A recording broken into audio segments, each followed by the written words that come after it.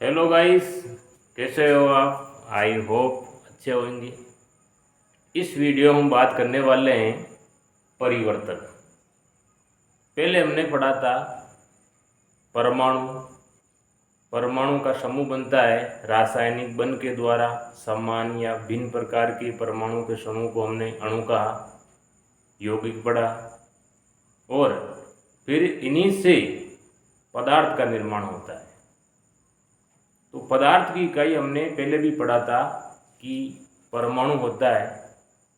अनेक परमाणुओं के बीच रासायनिक बंध के द्वारा जो परमाणु का समूह बनता है और द्रव्य या पदार्थ का निर्माण करता है। आज हम पदार्थ में होने वाले परिवर्तन के बारे में पढ़ेंगे।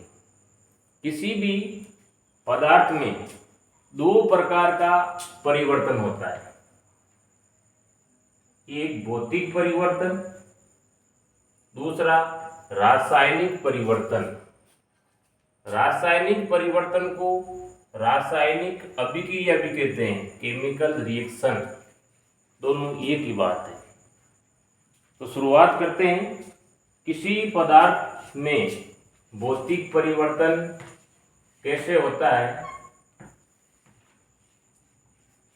पदार्थ में ऐसा परिवर्तन, पदार्थ में उपस्थित परमाणु के बीच जो बंध बनता है वो न तो टूटते हैं नहीं बनते हैं। केवल उनकी भौतिक गुणों में परिवर्तन होता है, तो उसे हम भौतिक परिवर्तन कहते हैं। जैसे कोई एक परमाणु का समूह है या अनेक परमाणु का समूह मिलकर के पदार्थ का निर्माण करते हैं। परमाणु के बीच में रासायनिक बंध बनता है। भौतिक परिवर्तन के अंदर जो रासायनिक बंध होते हैं उनमें कोई किसी प्रकार का परिवर्तन नहीं होता है। और जब तक परमाणु के समूह के अंदर रासायनिक बंध में कोई परिवर्तन नहीं होता है, तब तक उसका रासायनिक संगठन और गुणधर्म में कोई परिवर्तन नहीं होता है। केवल उनके भौतिक गुणों में ही परिवर्तन होता है। अब देखते हैं कि भौतिक गुणधर्म कौन कौन से होते हैं। पदार्थ के केवल भौतिक गुणों में परिवर्तन होना भौतिक परिवर्तन कहलाता है। कुछ भौतिक गुण यहाँ पर दिखाए गए हैं, जैसे पदार्थ की अवस्था में परिवर्तन होना,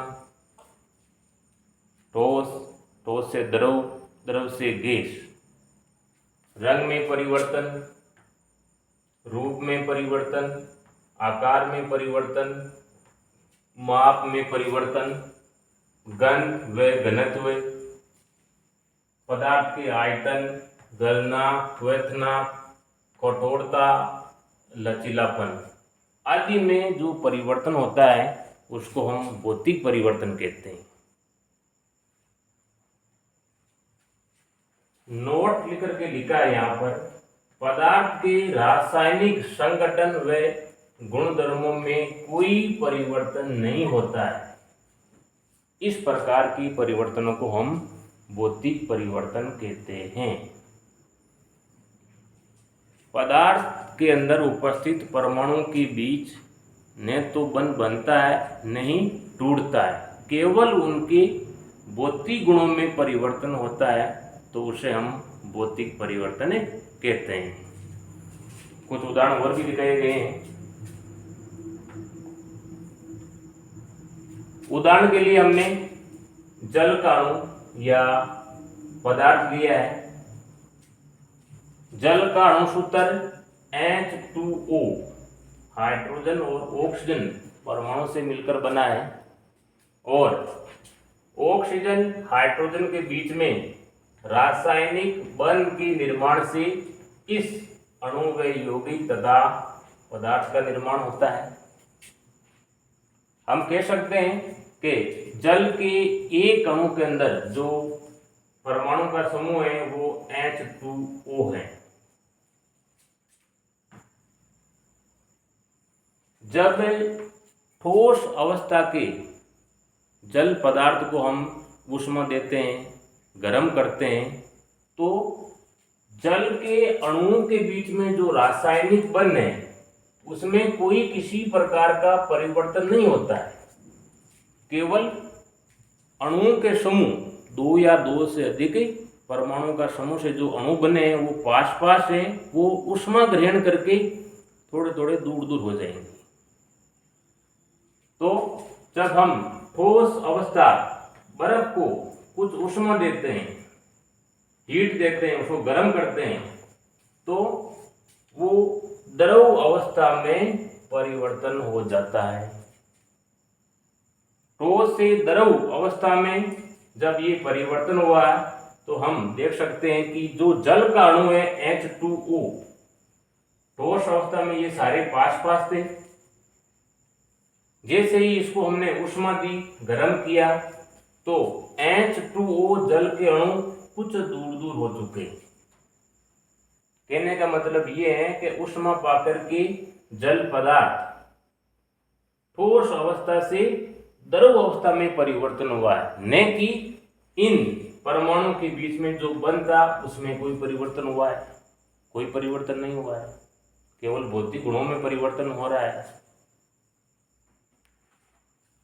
द्रव पदार्थ को और ऊष्मा देने पर, गर्म करने पर जो जल के अणु हैं वो और काफी दूर दूर आ जाएंगी। इसी अवस्था को हम गैसीय अवस्था कहते हैं।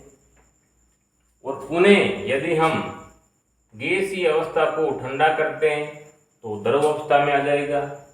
द्रव अवस्था को पुनः ठंडा करने पर पुनः ठोस जल प्राप्त होता है। तो साथियों, यहाँ कहने का मतलब मेरा यह है कि जो जल पदार्थ हैं उनमें उपस्थित जो भी परमाणु हैं H2O के रूप में, उनके रासायनिक बंध में कोई परिवर्तन नहीं हुआ है। केवल दो या दो से अधिक जल के अणु व यौगिक के बीच में जगह बन रही है। पहले वो कण पास पास थे, ऊष्मा लेकर दूर दूर आ रहे हैं, ऊष्मा वापिस घटाएंगे तो वो पास पास आ जाएंगी। H2O संगठन में कोई परिवर्तन नहीं हुआ है। तो इसी प्रकार की परिवर्तन को हम भौतिक परिवर्तन कहते हैं। भौतिक परिवर्तन के कुछ यहाँ पर गुण दिखाए गए हैं आपको। पदार्थ के केवल भौतिक गुणों में परिवर्तन होता है, हमने शुरुआत में इसको देख लिया। रासायनिक संगठन व गुणधर्म में कोई परिवर्तन नहीं होता है। कोई भी पदार्थ है उनमें उपस्थित परमाणुओं के बीच जो बंध होता है, न तो नए बनते हैं न ही टूटते हैं। इस प्रकार की परिवर्तन को भौतिक परिवर्तन कहते हैं। अस्थायी परिवर्तन होता है इसके अंदर। अभी हमने उदाहरण देखा कि ठोस बर्फ को हमने गर्म किया तो द्रव में आ गया। द्रव को पुनः ठंडा करने पर ठोस बर्फ प्राप्त हो जाती है। तो जो परिवर्तन होता है वो अस्थायी होता है, बार बार अपनी अवस्था बदल देता है। नए पदार्थ का निर्माण नहीं होता है, नए पदार्थ या उत्पाद। जब किसी परमाणु के समूह या पदार्थ के बीच रासायनिक बंध का बनना या टूटना होएगा नहीं तो नए परमाणु का संयोग नहीं होगा। नए परमाणु का संयोग नहीं होता है तब तक नए उत्पाद या पदार्थ का निर्माण नहीं होता है। परिवर्तन का कारण हटाने पर पुनः प्रारंभिक पदार्थ प्राप्त होता है या निर्माण होता है। वो कैसे हुआ?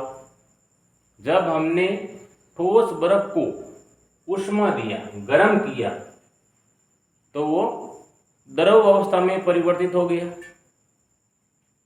ठोस से द्रव में परिवर्तन होने का कारण क्या था? हमने इसको ऊष्मा दी।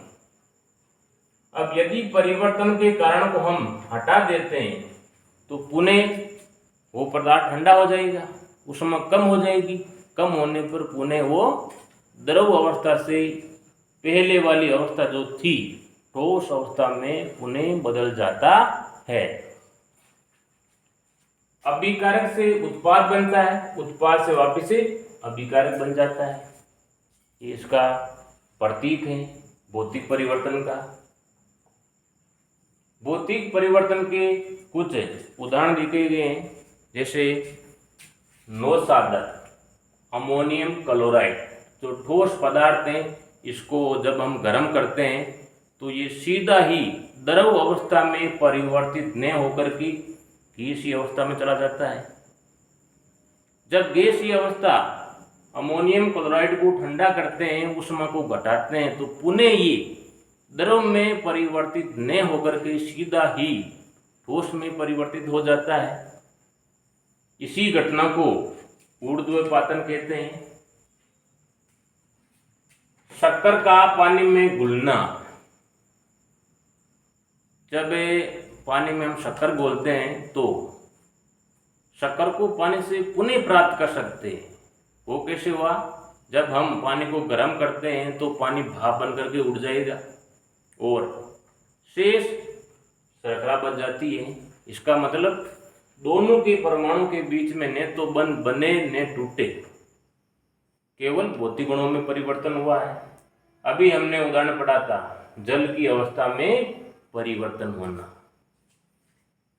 इस प्रकार हमने ये देखा कि किसी पदार्थ में भौतिक परिवर्तन वो है कि उन पदार्थ में उपस्थित परमाणु के बीच में जो भी बंध हैं वो न तो बनते हैं और न ही टूटते हैं, केवल उनके भौतिक गुणों में परिवर्तन होता है, तो उसे ही हम भौतिक परिवर्तन कहते हैं।